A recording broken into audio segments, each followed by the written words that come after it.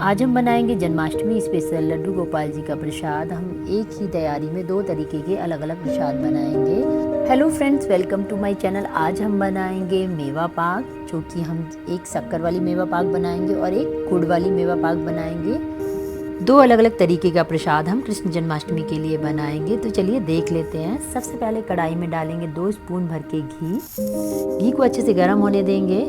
मखानों में थोड़ा सा घी ज़्यादा लगता है, इसलिए थोड़ा सा घी ज़्यादा लेंगे। फिर इसमें 1 बाउल भर के मखाने डाल देंगे। मखाने को हल्का सुनहरा होने तक धीमी धीमी आंच पर भून लेंगे।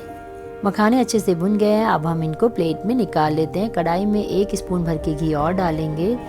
गरम घी में हम 2 टेबल स्पून गोंद डाल देंगे और गैस को हम धीमा कर देंगे। फिर हम इसे अच्छे से भून लेंगे। जब तक कि सारी गोंद अच्छे से फूल नहीं जाएगी तब तक हम इसे भूनना है, नहीं तो ये दांतों में चिपकती है, इसलिए हमें इसे अच्छे से भूनना है। जैसे ये भुन जाएगी फिर हम इसको भी प्लेट में निकाल लेंगे। कढ़ाई में फिर से थोड़ा सा घी डालेंगे, आधा स्पून भर के। अब हम काजू, बादाम और पिस्ता को भून लेते हैं। हमने इनको इस तरह से कट कर लिया है। जैसे ही घी गर्म हो जाएगा सबसे पहले हम काजू को भूनेंगे, हल्का सा लाल हो जाएगा काजू। फिर हम इसमें डालेंगे बादाम को थोड़ी देर भूनने के बाद इसमें हम पिस्ता डाल देंगे। पिस्ता को भी थोड़ी देर के लिए भून लेंगे। इसके बाद हम इसमें खरबूजे के बीज और खसखस को भून लेंगे। खरबूजे के बीज थोड़े से चटकते हैं, इसलिए थोड़ी सी प्लेट लगा लें जिससे कि ये बाहर ना गिरें। हमने इसमें इस तरह से प्लेट लगा ली जैसे ये चटकने लगे थे, जिससे कि ये वेस्ट नहीं होंगे, इधर उधर नहीं गिरेंगे। जैसे ही मेवा भून जाएगी फिर हम इसको भी प्लेट में निकाल लेंगे। अब हम नारियल को भून लेते हैं। नारियल को हमने इस तरह से ग्रेट कर लिया है। इस तरह का एक ग्रेटर होता है, उससे हमें नारियल को ग्रेट कर लेना है। आप चाहें तो बारीक वाले ग्रेटर से कर सकते हैं या चाकू से भी काट सकते हैं। फिर इसको भी थोड़े से घी में हम हल्का लाल होने तक भून लेंगे। कुछ इस तरह से लाल हो जाएगी फिर हम इसको भी प्लेट में निकाल लेंगे। फिर सेम कढ़ाई में हम 1 कप भर के चीनी डालेंगे। फिर इसमें आधा कप हम पानी डाल देंगे। आप कितनी मेवा पाक रहे हैं उस पर डिपेंड करता है, उतनी ही चीनी लें। जब तक हमारी चाशनी बन रही है हम प्लेट को घी से ग्रीस कर लेते हैं, जिससे कि जब हम मेवा पाकें तो ये आसानी से निकल आए। चाशनी को हम चेक कर लेते हैं, ये अच्छे से गाढ़ी हो गई है। 2 तार की चाशनी हमें लेनी है। अब कटोरी में थोड़ी सी डाल के इसे ठंडा करके इसको टच करके देखें, इसमें अगर मोटा सा तार बन रहा है तो हमारी चाशनी बन के तैयार है। गैस को हम कर देंगे बंद।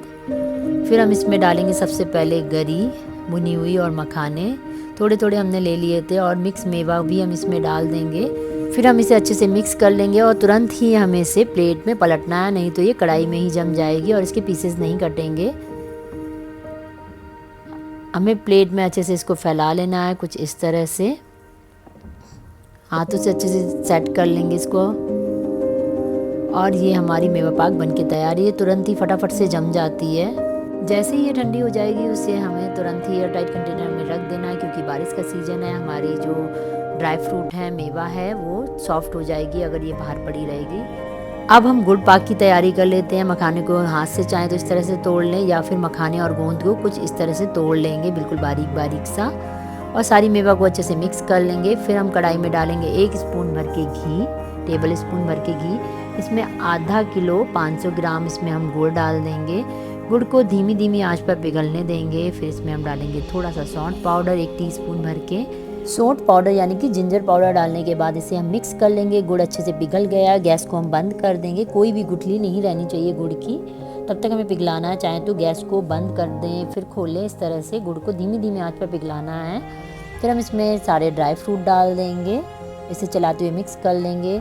प्लेट में अच्छे से घी लगा लेंगे, जिस प्लेट में आपको गुड़ पाक फैलाना है, और गुड़ पाक को तुरंत ही हम इसमें डाल देंगे और इसे स्पून से इस तरह से फैला लेंगे पूरी प्लेट पे। और जैसे ये थोड़ा सा ठंडा होगा इसे हम चाकू से कुछ इस तरह से कट कर लेंगे। जैसे भी आपको सेब का कट करना हो उसे कट कर लें। और ये हमारा गुड़ पाक बन के तैयार है। अभी ये थोड़ा सा गीला है, पूरी तरह से ठंडा होने दें, फिर इसके पीसेस निकालें।